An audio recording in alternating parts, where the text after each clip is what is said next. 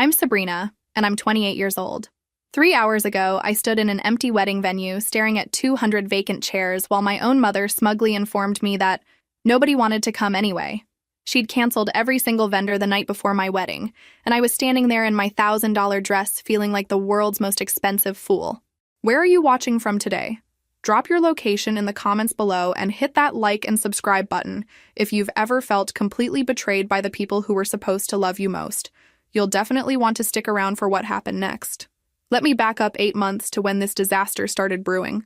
I was living my best life in downtown Portland, working as a marketing manager, and actually enjoying being single for the first time in years. That's when I met David at Powell's Books. He was reading Hemingway in the philosophy section, which should have been my first clue that he wasn't your average guy. David dressed like he shopped exclusively at Target. Jeans, basic button-downs, and a watch that looked like it came from a gas station. He drove a Honda Civic that was older than some of my interns and lived in a modest apartment that screamed, struggling professional trying to make rent. When I brought him home for the mandatory Sunday family dinner, my mother's reaction was, well, let's just say I've seen people look more enthusiastic about root canals. What does he do again? Mom asked after David left, like he was some fascinating specimen she couldn't quite classify. Investment consulting, I replied, which was technically true. David just happened to leave out the tiny detail that he owned the consulting firm. See, here's where it gets interesting. David had learned early in life that money turned people into completely different versions of themselves.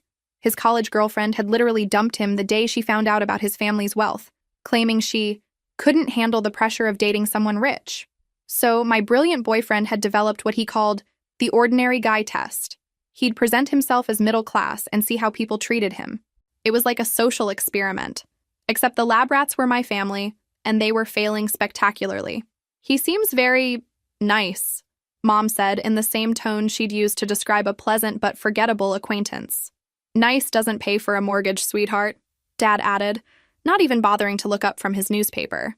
What are his real prospects? David had gone to Harvard Business School, actually, but when they'd asked about his education, he'd casually mentioned a school back east and let them draw their own conclusions. Another test failed because they never bothered asking follow-up questions. Over the next few months, watching my family interact with David became like watching a masterclass in subtle cruelty. They'd forget to include him in family photos. They'd plan gatherings, and somehow David's invitation would get lost in the mail. When he brought expensive wine to dinner, and trust me, it was expensive, Dad would make comments about trying to impress people with fancy labels. The worst part was how they started treating me. Suddenly, I was making questionable life choices and settling for someone beneath my potential. My own mother began introducing me to random men at church, the grocery store, and family barbecues. "This is Dr. Patterson's son," she'd say, practically shoving me at some bewildered stranger. "He's a cardiologist." I started declining family events because, honestly, I was tired of watching the man I loved get treated like he wasn't worth the air he breathed. But I had no idea this was just the beginning of their campaign to destroy my happiness. Life was so much better when it was just David and me. We'd spend weekends exploring Oregon's coast, talking about books and planning little adventures. He never complained about my family's behavior, but I could see it hurt him. "They don't even know me," he said one evening as we watched the sunset from my balcony. "That's their loss," I replied, having no idea just how massive their loss would turn out to be. "Maybe I should tell them the truth about my situation," he suggested occasionally. "What truth?" I'd ask. Because as far as I knew, David was exactly who he appeared to be. A kind, intelligent man who made decent money and treated me like a queen. But David had a secret that would change everything. And my family was about to push him far enough to reveal it. The announcement that would reshape our family dynamics came during Sunday dinner at my parents' house. Marcus, my older brother, and the undisputed golden child, cleared his throat importantly. "Victoria and I have something to tell everyone," he said, reaching for his girlfriend's perfectly manicured hand. Victoria Whitmore smiled nervously. Her family owned 3 private hospitals across the Pacific Northwest, drove matching BMWs, and belonged to the kind of country club where people discussed their yacht maintenance over cocktails. "We're engaged," Marcus announced. The explosion of excitement was immediate and deafening. Mom actually squealed. "Yes," squealed, and Dad stood up to shake Marcus's hand like he'd just negotiated world peace. "When's the wedding?" Mom demanded, already mentally planning what was clearly going to be the social event of the decade. "Next summer," Victoria said. "Nothing too elaborate. Maybe 200 guests." "Right," Because when you're rich, 200 people counts as intimate. We'll spare no expense, Dad declared, puffing up like a peacock. The Whitmores deserve the best celebration we can provide. I watched this unfold while David squeezed my hand under the table. My parents were already calculating the social capital they'd gain from this union. Marcus had finally done something that made them proud, and they were going to milk every drop of prestige from it. "What about you, Sabrina?" Victoria asked kindly. She'd always been gracious to me, which made her the most likable person at this table by default. "Any wedding plans in your future?" The silence that followed could have powered a small city. Mom's smile became strained. Dad suddenly found his mashed potatoes fascinating. "Oh, Sabrina's not quite ready for that step," Mom said quickly, like I was an unpredictable toddler who might say something embarrassing. "Actually," I said, because apparently I enjoy emotional self-harm, "David and I have been talking about it." This wasn't entirely true, but I was tired of being dismissed like my relationship was some cute phase I'd eventually outgrow. David looked surprised, but played along beautifully. "We have been discussing our future together." You could have heard a pin drop in the next county. Victoria clapped excitedly, her parents nodded approvingly, and my parents looked like they'd just watched their retirement savings evaporate. "How wonderful," Mrs. Whitmore said warmly. "David, remind me what you do for work." "Investment consulting," David replied smoothly. "Lovely," she said, though I could see her trying to figure out exactly what that meant in terms of wedding budget planning. After dinner, Marcus cornered me in the driveway like some sort of family intervention specialist. "What are you doing, Sabrina?" "Having a conversation with my future sister-in-law, apparently." "I mean this whole wedding talk situation. You're not seriously considering marrying that guy, are you?" I stared at my brother, wondering when he'd transformed from the person who used to defend me against playground bullies into someone who measured human worth by credit scores. Why wouldn't I marry him?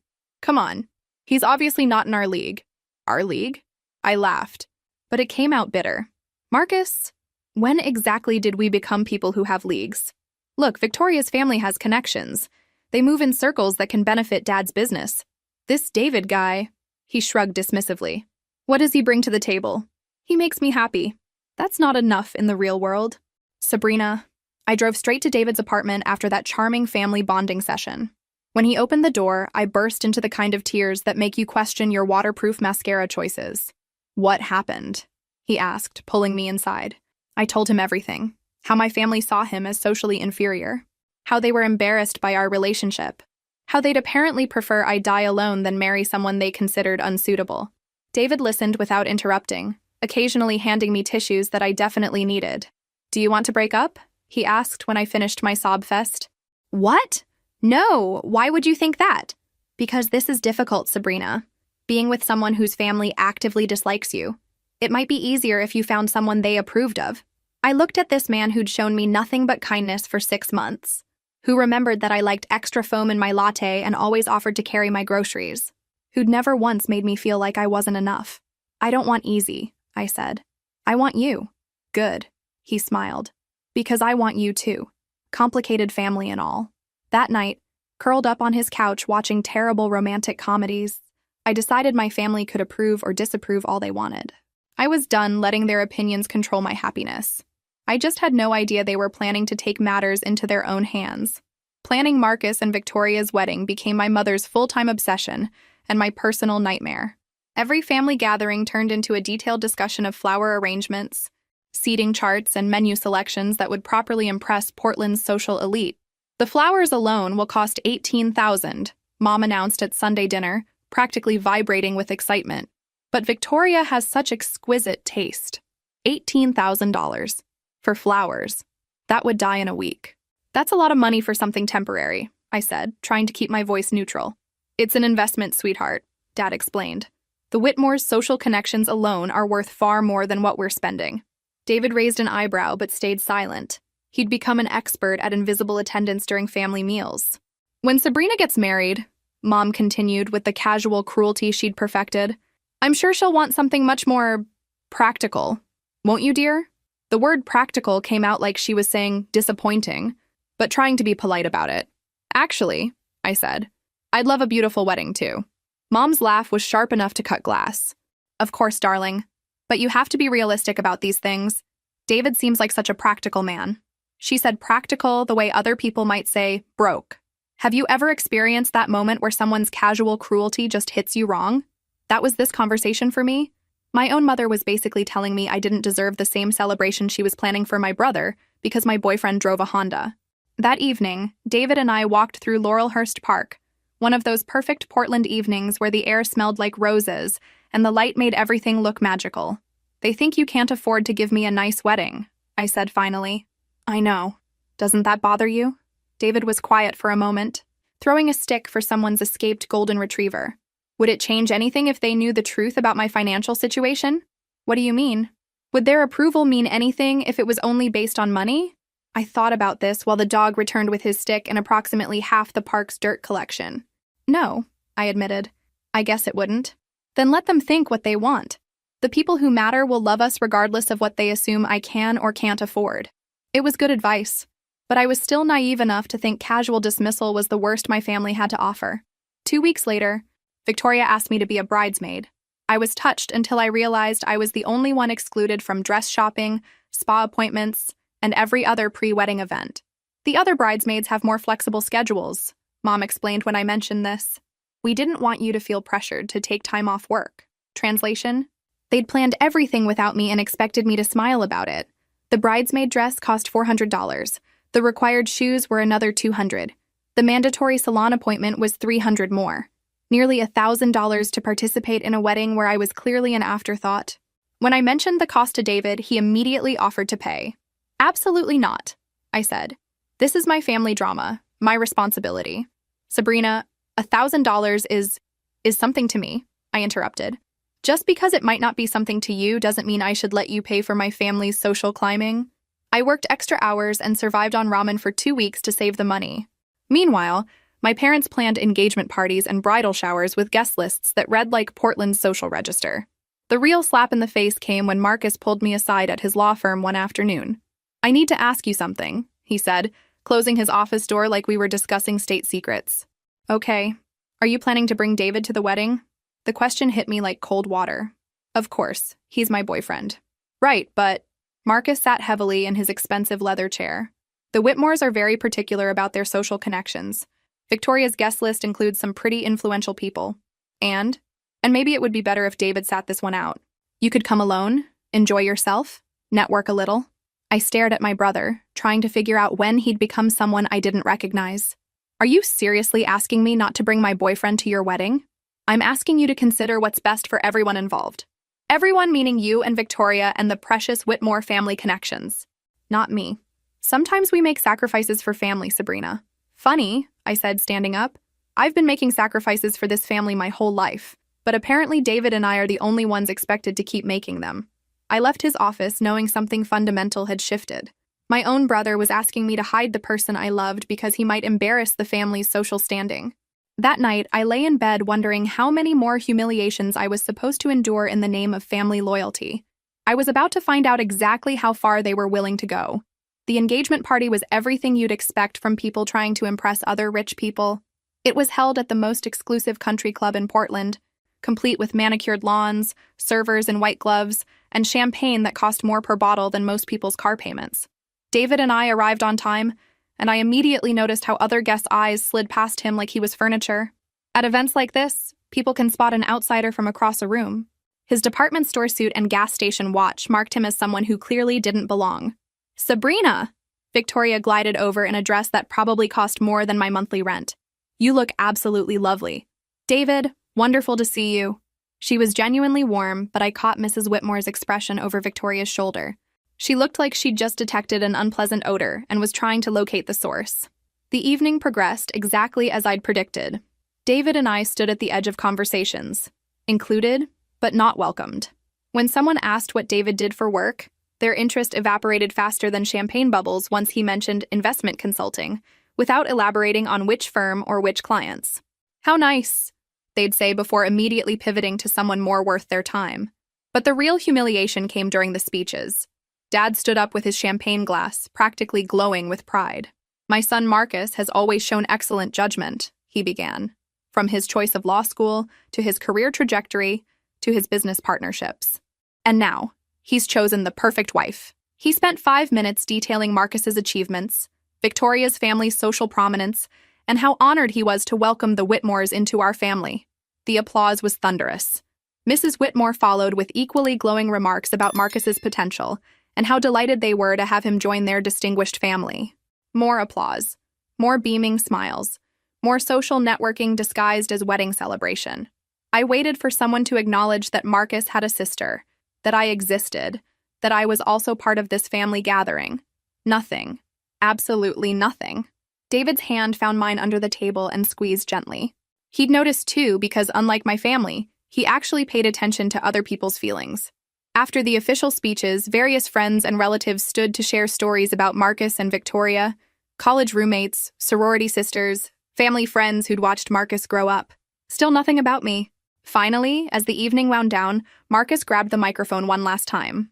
"I just want to thank everyone for being here tonight," he said.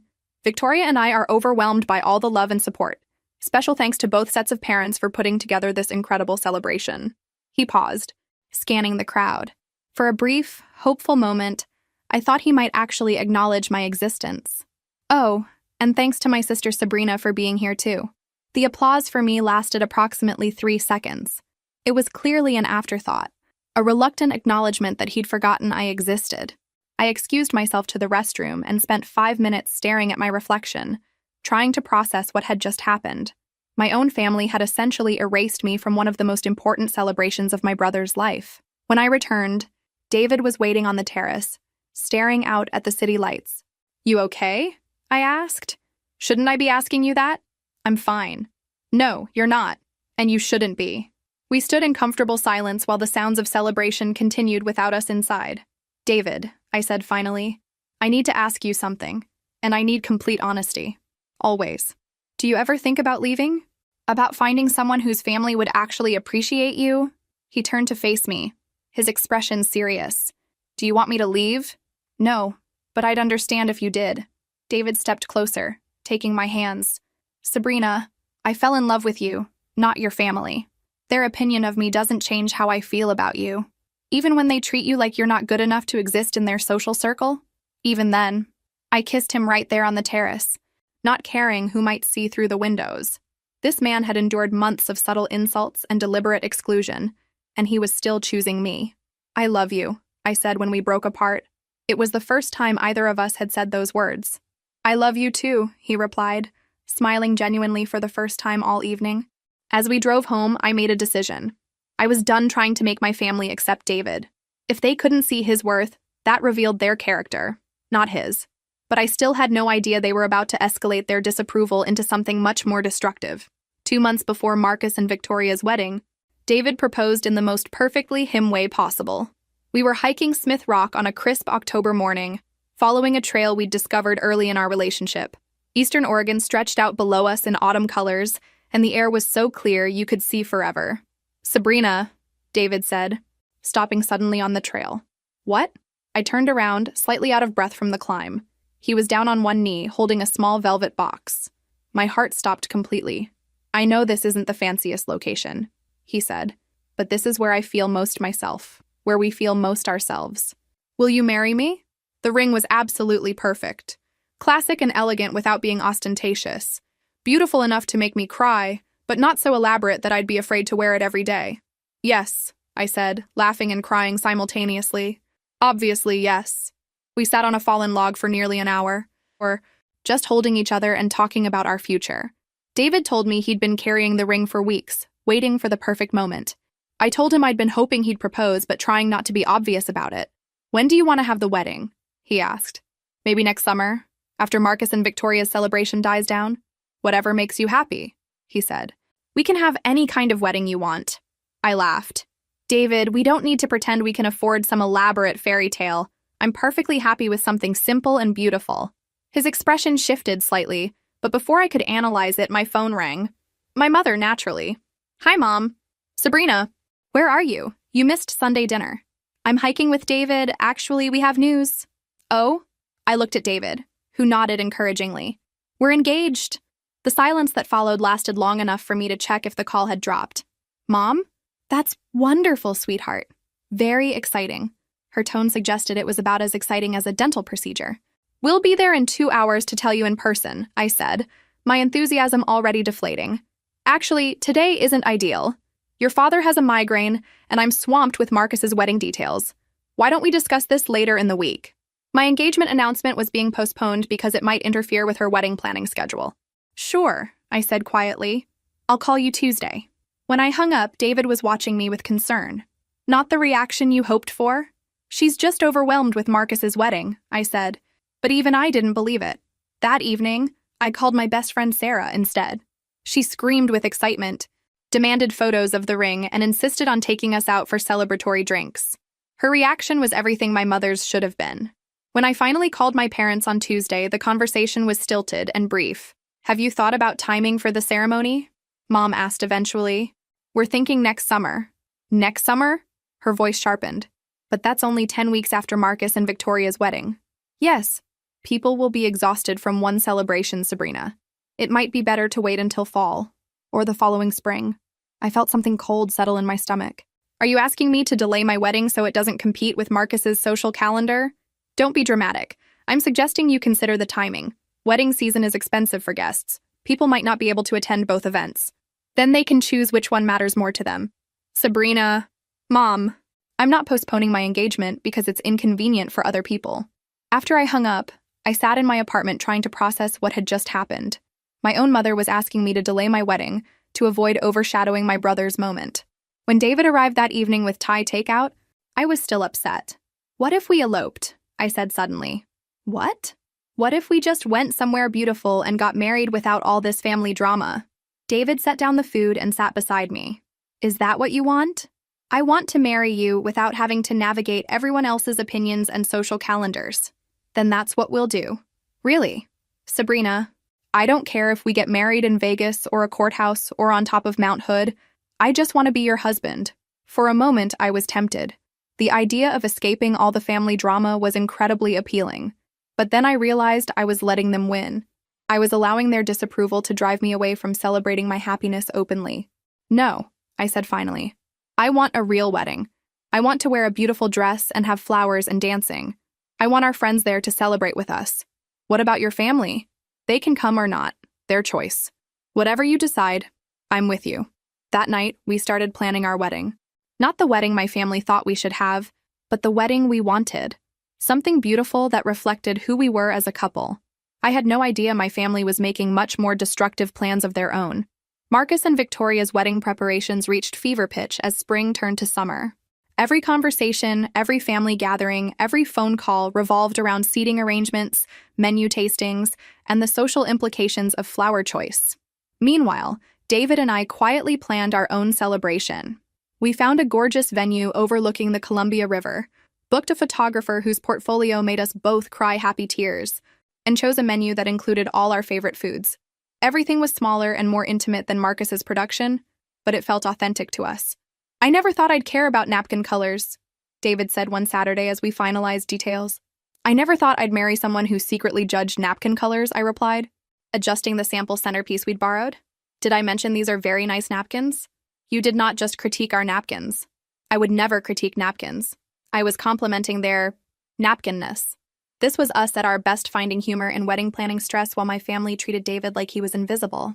The breaking point came 3 weeks before Marcus's wedding, during what was supposed to be a casual family dinner. I ran into Margaret Walsh at the salon today, Mom announced over her famous pot roast. She mentioned that her daughter Jennifer just got engaged to that investment banker from Seattle. How nice, I said, not really listening. Apparently, he bought her a ring from Cartier, 4 carats, and they're planning a destination wedding in Tuscany. I nodded politely, cutting my meat into smaller pieces to avoid making eye contact. Margaret was so excited to tell me about Jennifer's fiance's success. He's apparently being promoted to managing director at his firm. Something in her tone made me look up. Okay. It got me thinking about careers and financial stability and what really matters when choosing a life partner. And there it was. Mom, I said carefully, if you have something to say about David, just say it. I'm simply observing that some men are better positioned to provide security than others. David provides plenty of security. Does he? Dad joined the conversation like he'd been waiting for his cue. Because from our perspective, you're still working full-time, paying your own bills, driving the same car you had before you met him. So a man who truly cares about you would want to take care of you, Mom said. Look at Marcus. He's already discussing Victoria cutting back her gallery hours after the wedding. She'll be able to focus on community involvement, charity work, activities that match her social position. I stared at my parents, wondering when they'd become such blatant snobs. Maybe Victoria wants to work less. Maybe I like working. Of course you do, sweetheart. But wouldn't it be nice to have options? To know that if you wanted to start a family someday, you could? David and I haven't really discussed. Exactly. Dad interrupted. You haven't discussed it because he can't offer those options. He's pleasant enough, but let's be realistic about his limitations. Heat rose in my cheeks. You don't know anything about David's limitations. We know he drives a Honda and lives in a studio apartment, Mom said gently. We know he shops at Target and takes you to chain restaurants. And that makes him inadequate? It makes him unsuitable for the life you deserve. This conversation continued for another 20 painful minutes, with my parents systematically dismantling David's worthiness based entirely on external markers they'd observed. They never mentioned his kindness, intelligence, humor, or how happy he made me. When I finally escaped to my car, I sat in their driveway trying to calm down before driving. My phone buzzed with a text from David. How was dinner with the family? I'll tell you when I get home, I typed back. But when I got to his apartment, I found myself downplaying their actual words. I told him they had concerns about our financial future without repeating their casual cruelty. They're probably just worried, David said, pulling me onto his couch. Parents want to know their children will be secure. I can take care of myself. I know you can. But maybe I should have a conversation with them. Clarify my actual situation. I looked at him curiously. What situation? David was quiet for a moment. Maybe it's time they knew more about my business. About my real financial position. I thought you liked keeping things private. I do.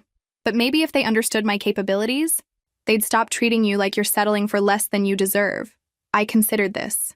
Part of me was curious to see my parents' reaction, but another part resented that their approval should depend on David's bank account.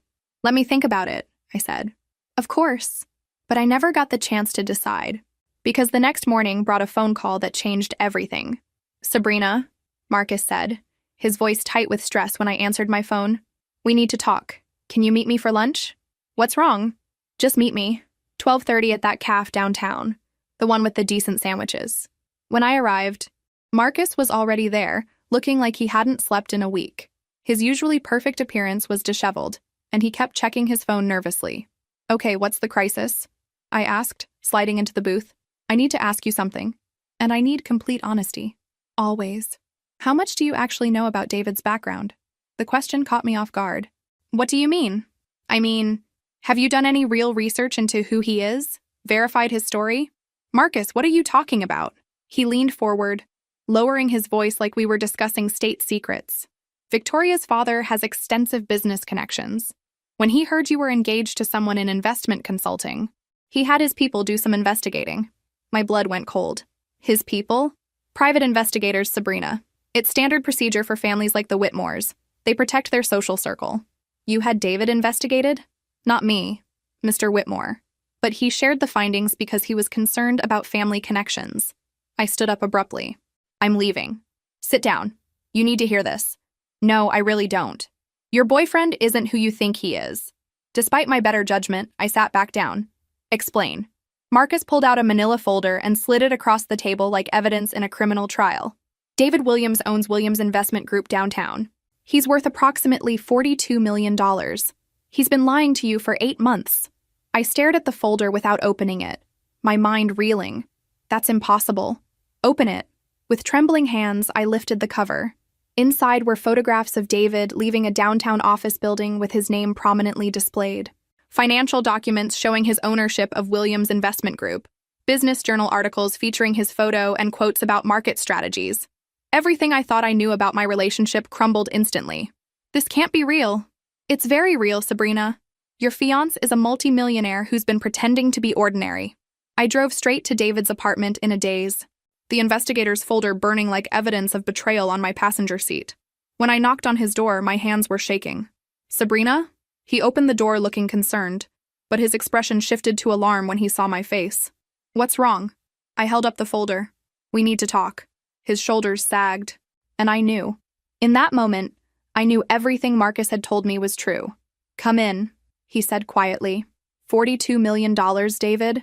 I threw the folder onto his coffee table, papers scattering. You're worth $42 million, and you've been letting my family treat you like charity case for 8 months? It's complicated. It's exactly that simple. I was shouting now, months of suppressed frustration erupting. Do you have any idea what they put me through? The things they've said about you? About us? I know. You know? You know they think you're some deadbeat who can't provide for me? You know they've been trying to convince me to break up with you. Yes. And you just let them? Sabrina, please sit down. Let me explain. Explain what? How you've been conducting some twisted social experiment with my life? It wasn't an experiment. I remained standing, too angry to sit. Then what was it? David looked up at me with an expression I'd never seen before. Vulnerable. Almost desperate. It was a test. A test of what? Of whether your family could value someone they thought was ordinary. Of whether their love was conditional on bank account balances. The words hit me like physical blows. You were testing me too? No, God no, I was testing them. I already knew who you were, Sabrina. I fell in love with you before I knew anything about your family's values. But you let me think. What? That I was a regular person with a normal job? I am those things. Money doesn't change who I am fundamentally. I sank into the chair across from him, suddenly exhausted. It changes everything else. Does it? David, we've been planning a wedding based on what I thought we could afford. We chose the smaller venue, simpler flowers, limited guest list, because you thought I couldn't give you more. Yes. And were you okay with that? With less? I stared at him, understanding his point but hating it. That's not the issue. It's exactly the issue. You were willing to marry me believing I could offer you a modest life. That tells me everything about your character. What about my family? What does their behavior tell you? David's expression hardened. It tells me they're exactly the kind of people I've spent my adult life avoiding. We sat in silence while normal people lived their normal lives outside his window. How long were you planning to keep this secret? I asked finally. I wasn't.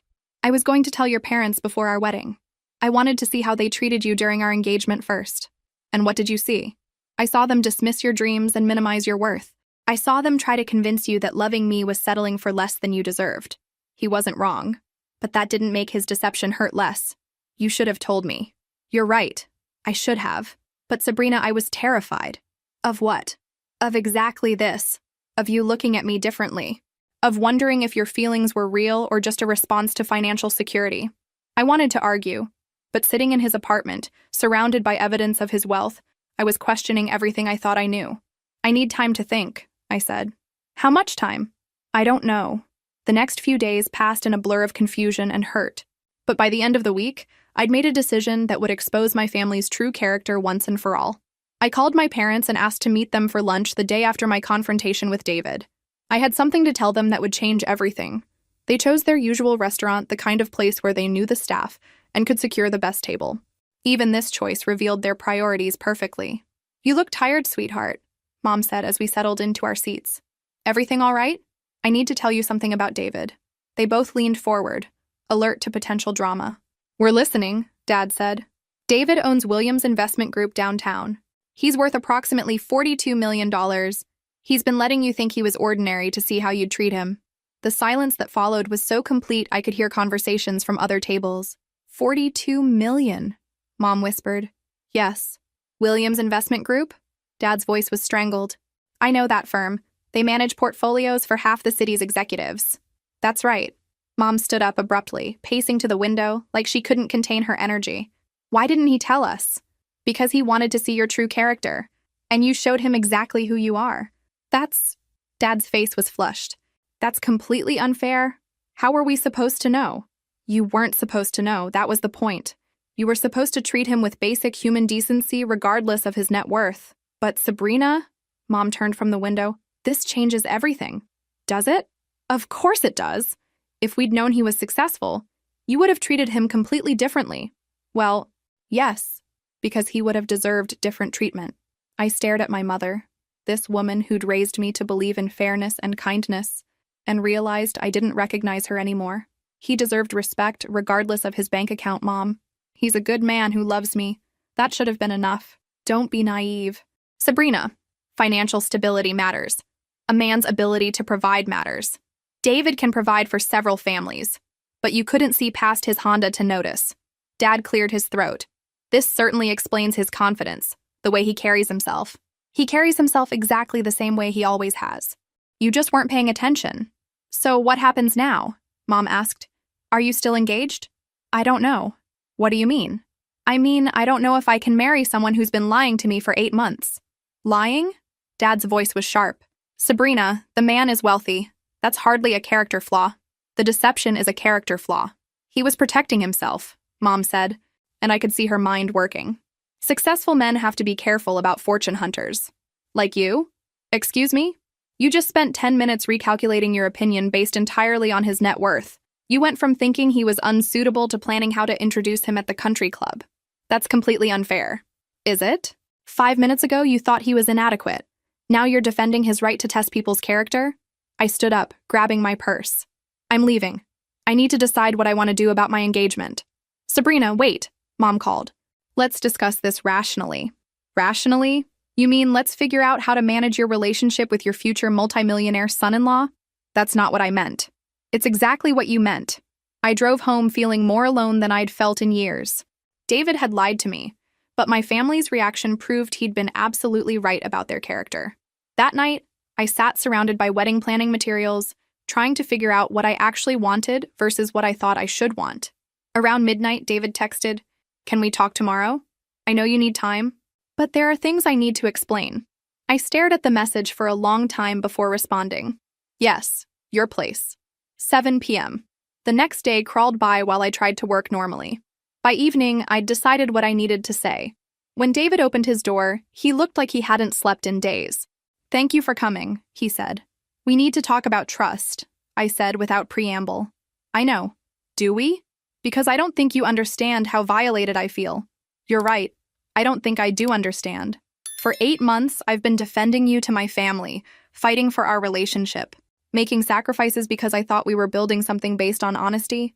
We were building something real, based on a fundamental lie, based on me being careful about who I trusted with my complete truth." I felt tears threatening. "I thought I was the person you trusted most." "You are. Then why lie to me?" David was quiet for a long moment. "Because I've been hurt before, Sabrina. Badly. And I was scared of losing you. So you chose to risk losing me through deception instead? I made a mistake. I can see that now." The tears came then, 8 months of frustration and hurt and confusion. "I don't know how to trust you anymore, David. I don't know what else you might be hiding." He stepped toward me, tears in his own eyes. "The man you fell in love with is completely real. The only thing I hid was my bank balance.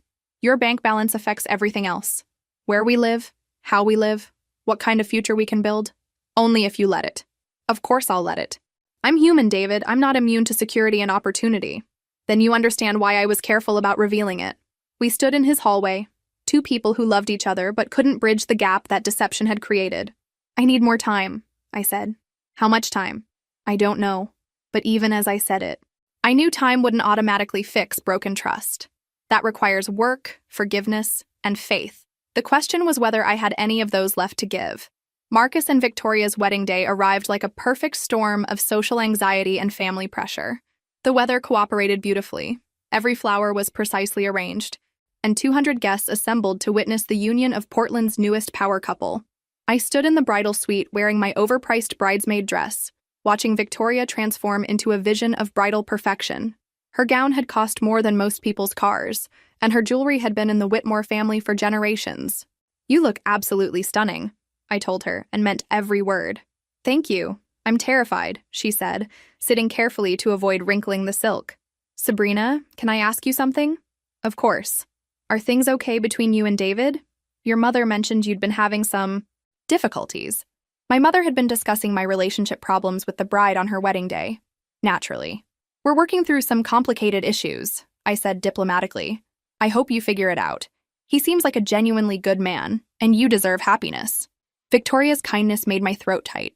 She'd been nothing but gracious throughout this entire process, even when my family had relegated me to supporting character status. The ceremony was flawless. Flowers cascaded from every surface. A string quartet played beautifully chosen classical pieces, and Victoria's walk down the aisle drew audible gasps from the crowd. I stood with the other bridesmaids, watching Marcus's face as Victoria approached. Despite all his social climbing and status obsession, his expression showed pure joy. Whatever his flaws, my brother genuinely loved Victoria. The reception was equally perfect. Dinner was served under twinkling lights in the garden. Speeches were heartfelt and entertaining, and the band kept everyone dancing. I sat at the family table making polite conversation while feeling oddly detached from the celebration. My parents were in their element, networking with Portland's elite and basking in reflected glory. "Sabrina!" Aunt Helen approached, slightly tipsy from the premium bar. "I haven't congratulated you on your engagement yet. When's your big day?" "We're still finalizing details," I said truthfully. "How exciting. Will it be as elaborate as this?" I looked around at the thousands of dollars in flowers, the designer linens, the premium everything. "Probably not." "Smart to keep things modest," she said patronizingly. "Not everyone can afford this level of sophistication." After she moved on, I excused myself and walked to the edge of the garden where the celebration noise faded to a murmur. Overwhelming, isn't it? I turned to find Victoria approaching, having changed from her formal gown into a shorter reception dress that still cost more than my monthly salary. "It's beautiful," I said. "Everything is perfect." "Thank you. But perfect isn't the same as meaningful, is it?" I studied her expression in the garden lighting. "What do you mean?" "All of this," she gestured toward the reception, "is wonderful, but it's not what marriage is actually about. It's one day, followed by hopefully many years of much quieter moments. Do you ever worry about living up to everyone's expectations?" "Sometimes. But then I remember that the only expectations that matter are Marcus's and mine." Her words hit harder than expected. I'd been so focused on family approval and social judgment that I'd lost sight of what actually mattered. "Can I ask you something?" I said. "Of course. Do you think it's possible to build a marriage on secrets? If someone you loved had kept something important from you, could you forgive them?" Victoria considered this carefully. "I think it would depend on why they kept the secret and whether they were willing to be completely honest going forward. Even if the secret changed everything about your relationship, especially then, because that's when you'd discover what your relationship was actually built on." A bridesmaid appeared to summon Victoria for the bouquet toss, leaving me alone with her wisdom echoing in my mind. The bouquet toss was predictably dramatic. 20 single women gathered while Victoria turned her back and launched her flowers into the crowd. They sailed over everyone's heads and landed directly in my hands, as if fate was making a statement about my romantic future. Everyone cheered. Victoria hugged me. Marcus raised his champagne in my direction, but all I could think about was David, probably sitting alone in his apartment, wondering if I was ever coming back. As the evening wound down, my mother approached me in the parking lot. "Gorgeous wedding, wasn't it?" she said. "Yes, it was beautiful. This is what's possible when families really commit to celebrating a marriage properly." I looked at her, this woman who'd spent months obsessing over centerpieces and guest lists, and realized she still didn't understand what had made the evening special. "Mom," I said, "would you have helped plan a wedding like this for me if you'd known David could afford it?" Her hesitation was answer enough. "I thought so," I said quietly. "Sabrina, that's not fair. We wanted to help with your wedding. We just thought you'd prefer something more suitable to your circumstances." "Our perceived circumstances." "Yes." I got in my car without saying goodbye. As I drove through Portland's quiet streets, I realized something important had shifted in my perspective. I was going to fight for my relationship with David, not because he was wealthy, but because Victoria was right. Our relationship was built on something more substantial than money or social approval. It was built on love, and that was worth fighting for. But first, I needed to have one final conversation with my family about their values and my boundaries. The morning after Marcus's wedding, I woke up with unusual clarity about what I needed to do. I called my parents and asked them to meet me for brunch. I had things to say that couldn't wait. "You looked lovely last night, sweetheart," Mom said as we settled into their favorite restaurant booth. "Thank you. The wedding was magnificent. Victoria looked like absolute royalty." "It was beautiful," I agreed. "Very expensive." Dad beamed with pride. "Worth every penny." The Whitmores were so impressed with how everything came together. "Speaking of expenses," I said, "I need to discuss my wedding." Both parents leaned forward expectantly. Now that they knew David was wealthy, they were probably planning an entirely different celebration. "What about it?" Mom asked. "I've decided to cancel it." The silence stretched so long that our server approached twice before retreating again. "Cancel it?" Dad finally managed. "Yes. But why?" Mom's voice was barely audible. "Now that we know David's situation, we could plan something truly spectacular. That's exactly why I'm canceling it." They stared at me like I'd started speaking ancient Greek. "I don't understand," Mom said. For 8 months, you treated the man I love like he was beneath our family. You dismissed our relationship, questioned my judgment, and made it clear you thought I was settling. But we didn't know. You didn't know he was rich, correct? But you did know he was kind, intelligent, and devoted to me. Those qualities weren't enough for you. Dad shifted uncomfortably. We were trying to protect you. From what? From happiness? From love?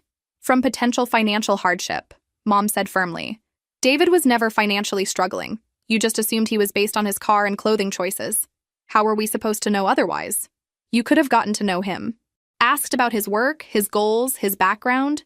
Treated him like a human being instead of a disappointing financial projection. I pulled out my wedding planning folder and placed it on the table. This contains contracts for every vendor we hired. The venue, caterer, photographer, florist. Everything we chose based on what I thought we could afford. Okay, Dad said cautiously. I'm canceling all of it. Not because I don't love David, but because I refuse to celebrate our marriage with people who only approve of him because of his bank account. Mom reached toward my hand. Sabrina, please don't be hasty. We can work this out. Can we? Tell me, Mom, what would you be working out? Your sudden acceptance of a man you spent months trying to convince me to leave? We were wrong, she said quietly. About what? About David's character or about his net worth? The distinction hung between us like smoke. About David, Dad said finally. We misjudged him. Based on what new information? His kindness hasn't changed. His intelligence hasn't changed. The only thing that's different is your knowledge of his financial status. Money matters, Sabrina. Compatibility matters. Social connections matter. To whom? To successful marriages? I laughed. But there was no humor in it. Marcus and Victoria's marriage will succeed or fail based on how much they love and respect each other. All the money and connections in the world won't save them if they don't have that foundation. But those advantages don't hurt, Mom pointed out. You're right. But they should be bonuses, not requirements for basic human decency. I stood up, leaving the vendor folder on the table. Where are you going? Dad asked. To David's apartment. To apologize for my family's behavior and see if he's still willing to marry me. What about us? Mom's voice was small. What about you? Are you cutting us out completely? I considered this seriously. I don't know yet. That depends on whether you can learn to value people for who they are rather than what they have. Of course we can. Can you? Because if David and I do get married, we're not going to pretend the last 8 months didn't happen. The drive to David's apartment felt like the longest 20 minutes of my life. I'd been so focused on my anger about his deception that I'd almost lost sight of everything good about our relationship. When he opened his door, he looked surprised and hopeful. Sabrina? Can I come in? Always. We sat on his familiar couch, the same place where we'd planned our future and fallen in love. I told my parents the truth about your wealth, I said. How did they react? Exactly as you predicted. Suddenly you're acceptable husband material. And how does that make you feel? Disgusted. With them, and with myself for caring about their approval for so long. You're not disgusted with me? I looked at this man who'd been patient with my family's cruelty, who'd tested their character and found it lacking, who'd loved me enough to risk losing me rather than buy acceptance he didn't deserve. I'm hurt that you lied, I said. But I understand why you did it. I should have told you sooner. Yes, you should have. But David, watching my parents' reaction today showed me something important. What? It showed me that I fell in love with you for all the right reasons. Money was never part of the equation for me. And now that you know, now I know we can build whatever kind of life we want together. But more importantly, I know that the man I fell in love with is real. David reached for my hand. Does this mean you'll still marry me? That depends. On what? On whether you're willing to start completely over. No more secrets, no more tests, no more games. Yes, absolutely yes. And on whether you're okay with eloping, because I'm not having a wedding that my family suddenly approves of because of your net worth. David smiled for the first time in days. Where do you want to go? Somewhere beautiful. Somewhere that's just about us. But first, I needed to make one more call to set boundaries that would define our family relationships going forward. Some bridges are worth rebuilding. Others need to be burned to clear the way for something better. That evening, I called my parents to tell them about my decision to elope. The conversation was as painful as expected. You're making a mistake, Sabrina, Mom said, her voice tight with emotion. Marriage is about joining families, not running away from them. We're not running away. We're choosing to start our marriage without the toxicity you brought to our relationship. That seems extreme, Dad said. We admit we made errors in judgment, but this feels like punishment. 8 months of trying to sabotage my relationship isn't an error in judgment. It's a pattern that reveals who you really are. So you're punishing us by excluding us from your wedding? I'm protecting myself and David from further damage. The silence stretched until I wondered if they'd hung up. When? Mom asked finally. Next month, somewhere private. And we're not invited? No. I heard my mother start crying, and despite everything, my heart ached. These were people who'd raised me, taught me to ride a bike, celebrated my achievements, but they were also people who'd spent 8 months trying to convince me I wasn't worthy of love, unless my boyfriend could afford to buy their approval. Sabrina, Dad said, cutting us out entirely seems extreme. I'm not cutting you out entirely, but I'm not pretending the last 8 months didn't happen either. What does that mean? It means if you want a relationship with me going forward, you need to prove you've learned something. How do we prove that? By treating David with the respect you should have shown him from the beginning. By acknowledging that your behavior was wrong, not just misguided. We can do that, Mom said quickly. Can you? Because the moment you discovered David's wealth, you started calculating social advantages. You didn't apologize for your treatment of him. You didn't express regret for the pain you caused me. 3 days later, David and I flew to Maui. We'd booked a cliffside villa, hired a local officiant, and invited exactly 2 people. My best friend Sarah and David's business partner Mike. Why Maui? I'd asked when David suggested it. My parents honeymooned there, he said. They always said it was where they learned to see the world together instead of separately. That was the kind of detail that made me fall in love with him all over again. The ceremony was at sunset, overlooking the Pacific. I wore a simple white dress from a Portland boutique. David wore a navy suit and finally, the expensive watch that reflected his actual circumstances. Do you, Sabrina Marie Richardson, take this man to be your husband? I do.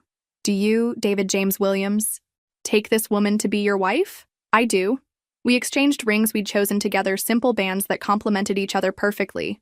When the officiant pronounced us married, David kissed me with passion that made Sarah whoop enthusiastically. That night, we had dinner at a restaurant David had reserved exclusively for us. The food was incredible, the wine was perfect, and Sarah entertained us with dating disaster stories that had us laughing until our sides hurt. So what's next? Mike asked over dessert. Honeymoon around the world? Private island vacation? Actually, I said, looking at David, we're going home. We have a life to build. What kind of life? The kind where we make decisions together, where we support each other's dreams, where other people's expectations don't define our happiness. Sounds perfect, Sarah said, raising her wine glass. To David and Sabrina, to choosing love over everything else. We flew back to Portland 2 days later, officially married and completely happy. The first test of our new boundaries came immediately. My parents had left 19 voicemails and 43 text messages during our absence. The messages cycled through every emotional manipulation technique in their playbook. We're worried sick about you. Worried. This isn't like you to be so vindictive. David must be influencing you to behave this way. Your grandmother is heartbroken that she missed your wedding. People are asking questions about why you disappeared. I listened to them all while David made coffee in the kitchen of our temporary apartment. We decided to house hunt together, choosing something that reflected both our tastes, rather than just his bank account. What do you think? I asked when the last message ended. I think they're panicking because they've lost control of the narrative. Should I call them back? Do you want to? I considered this seriously. Did I want to rebuild a relationship with my parents? Could I trust them to change? I think I want to try, I said finally, but on my terms. What terms? They apologize to you directly and sincerely. They acknowledge their behavior was wrong. They commit to treating you as a valued family member going forward. And if they can't do that, then we'll know exactly where we stand.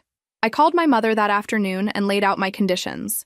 The conversation was difficult, full of justifications and attempts to minimize their behavior. We weren't that terrible, Sabrina. You were exactly that terrible, Mom. David seems to have forgiven us already. David is more generous than you deserve, but forgiveness doesn't mean pretending nothing happened. The apology came a week later. We drove to my parents' house for what felt like the most important dinner of my life. They were waiting, formally dressed and clearly nervous. Dad stood when we entered, extending his hand to David. David, he said, I owe you a significant apology. Thank you, David replied, shaking his hand. We misjudged you completely. We treated you poorly based on assumptions that had nothing to do with your character. Mom stepped forward, her eyes bright with tears. I'm ashamed of how we behaved. You've been nothing but respectful to our family, and we responded with judgment and hostility. We hope you can forgive us, Dad added. And we hope we can start over. David looked at me, then back at my parents. I appreciate your apology. I'd like to start over too. The dinner that followed was still awkward, but felt like genuine progress. My parents asked David real questions about his work, his interests, his goals. They complimented him on qualities that had nothing to do with money. It wasn't perfect, but it was a beginning. As we drove home, David reached for my hand. Thank you, he said. For what? For fighting for us. For setting boundaries. For not letting them treat me as acceptable only because of my bank account. Thank you for being patient while I figured everything out. So what happens now? I thought about this as we navigated familiar Portland streets. Now we live happily ever after. Just like that? Just like that. But as we pulled into our driveway, I realized our happily ever after would require ongoing work and commitment to choosing each other over everyone else's expectations. Some fairy tales end with a wedding.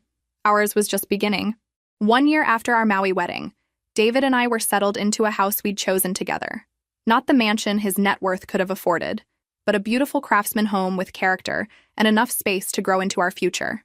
I never thought I'd have opinions about tile backsplashes, David said one Saturday morning as we finished renovating our kitchen. I never thought I'd marry someone who secretly analyzed the investment potential of our home renovations, I replied, adjusting the new pendant lights we'd installed. Did I mention these lights are very light-like? You did not just make a dad joke about our lighting choices. I would never joke about lighting. I was simply observing their illumination capabilities. This was us at our best finding humor in domestic decisions while building a life that reflected both our personalities. The doorbell interrupted our Saturday morning comedy routine. I opened it to find my mother standing on our porch with a covered dish and an uncertain expression. Hi, sweetheart. I brought that lasagna you used to love. Mom, this is unexpected. I was nearby and thought, well, I hoped you might have time for a visit. I looked back at David, who nodded encouragingly. Come in. She followed me into our kitchen, taking in details of our home with obvious curiosity. It's beautiful, she said, and I could tell she meant it. Very much you both. Thank you. David, she said as he joined us. How are you settling into domestic life? Very well, thank you. Can I make you some coffee? That would be lovely. As David prepared coffee, Mom and I sat at our island. The silence wasn't uncomfortable, but it carried weight of everything we were still learning to navigate. How's work? I asked. Good. Busy. Your father is talking about retirement. Really? He says he's tired of keeping up with clients who only care about quarterly profits.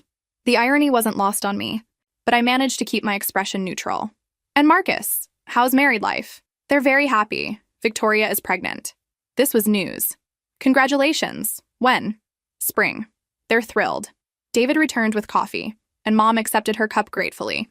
David, she said, I want to thank you again for being so gracious about our previous misunderstandings. It's behind us, Linda. She'd insisted he call her by her first name, a small but significant shift from formal distance. There's something else, Mom continued, turning back to me. We're planning Grandma's 80th birthday next month. That sounds wonderful. We'd love for both of you to attend. Both of you, she emphasized, looking at David. I felt David's hand find mine under the counter. We'll consider it, I said. Of course. No pressure intended. But I could see the hope in her eyes. The family felt incomplete without us, and everyone was experiencing that absence. After Mom left, David and I returned to our renovation projects. Around evening, as we sat on our back deck watching sunset, he brought up the birthday celebration. What are your thoughts about your grandmother's party? I think it's another test. Of what? Of whether we can be around extended family without falling back into old patterns. And your verdict? I think we should go, but with clear boundaries, such as, we leave if anyone makes inappropriate comments. We don't discuss our finances with anyone. We present a united front against any drama. Sounds reasonable. The birthday party was held at Marcus and Victoria's new house, a colonial mansion that screamed new money despite its traditional architecture. Extended family included aunts, uncles, cousins, and family friends I hadn't seen since our elopement. David and I arrived together, immediately feeling curious stares and whispered conversations. Sabrina, Aunt Helen approached with her familiar condescending smile. How wonderful to see you. David, congratulations on your marriage. Thank you, we replied in unison. I hear you've bought a lovely home. Where did you settle? This was clearly fishing for financial details. We found a neighborhood that suits us perfectly, I said without providing specifics. How nice. It must be wonderful to have options. The evening continued with relatives making increasingly obvious attempts to assess our lifestyle. Some were subtle, others less so, but everyone was clearly curious about the man who'd surprised them all. The most uncomfortable moment came during dinner when my cousin James announced his engagement. Rebecca's father owns a furniture store chain, James said proudly. He's already talking about expanding online. How exciting, my grandmother said. It's wonderful when young people have family business advantages. Absolutely, agreed Uncle Robert. Having that kind of support makes all the difference in building success. The implication was clear. Financial family backing was crucial, and David had fooled everyone about his circumstances. I felt tension building, but David continued eating calmly. Don't you agree, David? James asked directly. About the importance of family business connections? David looked up with his diplomatic expression. I think success comes from hard work, smart decisions, and treating people well. Everything else is just fortune. But surely financial advantages help, James pressed. Having any kind of advantages helps, David agreed, but they don't guarantee anything meaningful. Very true, my grandmother interjected. I've seen plenty of wealthy people waste every opportunity they were given. Later, as we helped clear dishes, Grandma pulled me aside. I owe you an apology. Dear, she said quietly. For what? For not speaking up sooner about how your parents treated David. I could see he was a good man, but I let concerns about practical matters override my better judgment. Thank you for saying that. He's proven his character many times over, but he shouldn't have had to. No, he shouldn't have. She patted my hand. You chose well, Sabrina. Not because of what he can provide, but because of who he is. On the drive home, David and I processed the evening. How do you think it went? I asked. Better than expected.